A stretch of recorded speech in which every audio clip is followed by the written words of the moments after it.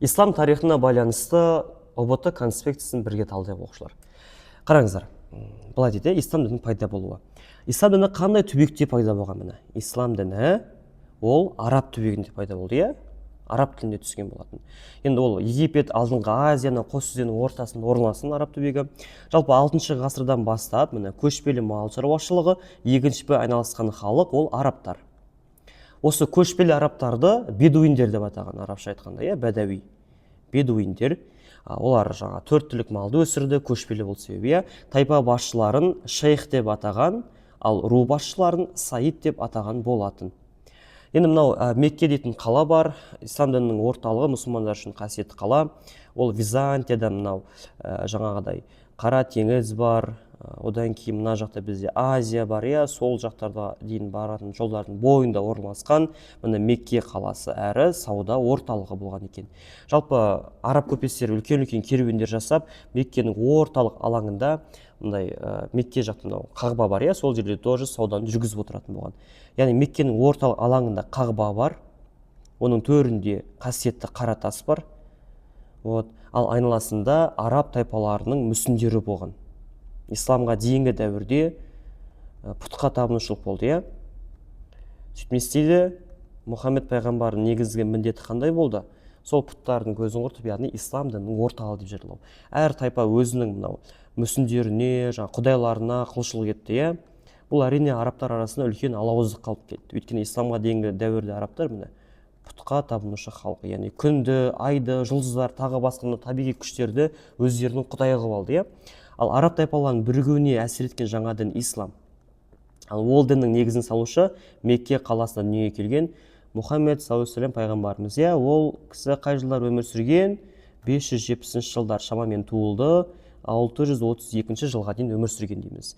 Яғни Мұхаммед бір ғана құдіретті Алладан басқа құдай жоқ, ал өзін құдайдың елшісі пайғамбармын деп жариялаған болатын.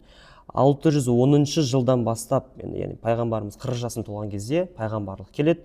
Арабтар сол уақытта біраз бөлігі ислам дінін қабылдайды.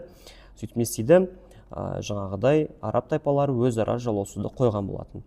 Бірақ басында Мекке қаласының тұрғындары Мұхаммед пайғамбардың уағыздарына қарсы болады. Сөйтіп ол Меккеден екінші бір ірі қала, қай қала, яғни Медина қаласына қоныс аударатын. 622 жылы болды. Тарихта бұл жылды не деп атайды? Хиджра. Хиджра дегеніміз ол қоныс аудару. Яғни Мұхаммед пайғамбардың Меккеден Мединаға қоныс аударған жылы. Сөйтіп Медина қаласы бұдан кейін пайғамбар қаласы деп аталды. Себебі Мединада ислам діні ең алғаш рет үстемдік еткен болатын. Пайғамбар қаласы. Немесе жаңағыдай ислам дінінің ең алғаш үстемдікке жеткен қаласы дейміз. Мұсылмандық қауымды умма деп атайды. Үммет, иә. Араб мемлекетінің астанасы алғашқы осы Медина қаласы болған екен. Енді сөйтіп, Медина халқынан Мұхаммед пайғамбар қолдау тапты. Келесі мақсаты Меккеге қарсы жорыққа дайындалу. Өйткені ислам дінінің орталығы қара тас тұрған Қағба болды, иә, яғни Мекке. Себебі Мекке бұл әрбір мұсылман жылына бір рет барып, Алла алдында өзінің парызын өтейтін жер. Сөйтіп 630 жылға таман араб тайпаларының көпшілігі пайғамбарды мойындады, ислам дінін қабылдай бастайды. Міне. Мына жерде дұрыс жауап ислам болады, иә. Яғни ислам дінінің орталығы Мекке, ал сол Меккеге барғандар қажы дейтін атақ алады.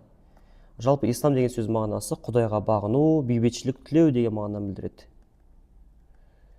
Жақсы. Мұсылмандардың қасиетті кітабы Құран, мағынасы араб тіліне аударғанда оқу.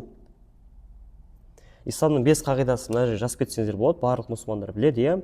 Алла алдында иман келтіру, жаңа намаз оқу, ораза ұстау, зекет садақасы бар, Меккеге қажылыққа бару деген осы 5 қағидасын жазып кетсеңіздер.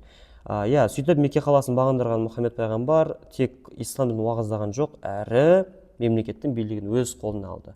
Қасиетті Құран шариғаты арқылы басқарды. Шариғат дегеніміз ол мағынасы тура жол. Яғни ер адам әйел адамнан жоғары бағаланды, әрине жауапкершілік бойынша жоғары бағаланған екен. Ал ұрылардың, оқушылар, қолға түскен ұрының қолы немесе саусағы кесіліп отыратын болған. Енді сосын бізде салық түрлері болды. Ұшыр дегеніміз ол жер салығы, иқта дегеніміз мемлекетке адал қызмет атқарғандарға берілетін жер болды. Пайғамбар қайтыс болғаннан кейін ізбасарлары басқарады, халиф деп аталған. Өзі тарихта айтылатын 4 тақуа халиф, яғни пайғамбардың серіктері, достары бар. Ол Әбу Бәкір, Омар, Осман және Әли. Ал енді кітапта келетін көбінесе Омар. Омардың жаулаушылық соғыстары, ислам дінін тарату жолындағы соғыстар ретінде қарастырамыз. 640 жылы Сирия, Палестинаға барды. Ислам дінін сол жерге таратты. 642 жылдары Египет, солтүстік Африканың батыс бөлігі, 34-51 жылдары Иран жерлерін бағындырса, ал Иерусалим деген қасиетті қалада мұсылмандар үшін қасиетті 3-ші мешіт Әл-Ақсаны салдырған. Ал шығыстағы араб халифатының орталығы ретінде Мерв қаласын жариялаған болатын. Жалпы араб әскерінің ерекшеліктері, олар ерікті адамдардан құрылды. Дін жолында соғысқысы келді, себебі исламды таратамыз деп шықты. Оларда қандай әскер болды? Мықты атты әскер. Жалпы 8-ші ғасырдың басынан арабтар жаулап алған жерлерінде көптеген діндерге төзімділік көрсетіп тиіспеген. Яғни бізде былай айтқанда рақымшылық жасағанда қандай діндерге, мысалы Зарастризм дініне, Ирандағы діндер ғой бұлар, кезінде исламға дейін болған.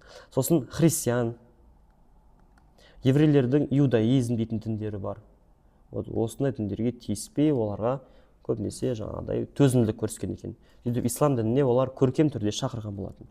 Мына жерде оқушылар кестені қарап алсаңыздар болады. Араб халифатын басқарған арнайы нелер бар, әулеттер бар. Мына қарап өтсеңіздер, Амейя әулеті 661-750, сосын соңғы әулет 750-1258 жылдары Аббас әулеті. Осында екі әулет бар, бірақ аббасидтер кезеңі, арабтардың жалпы бөлінген кезеңі.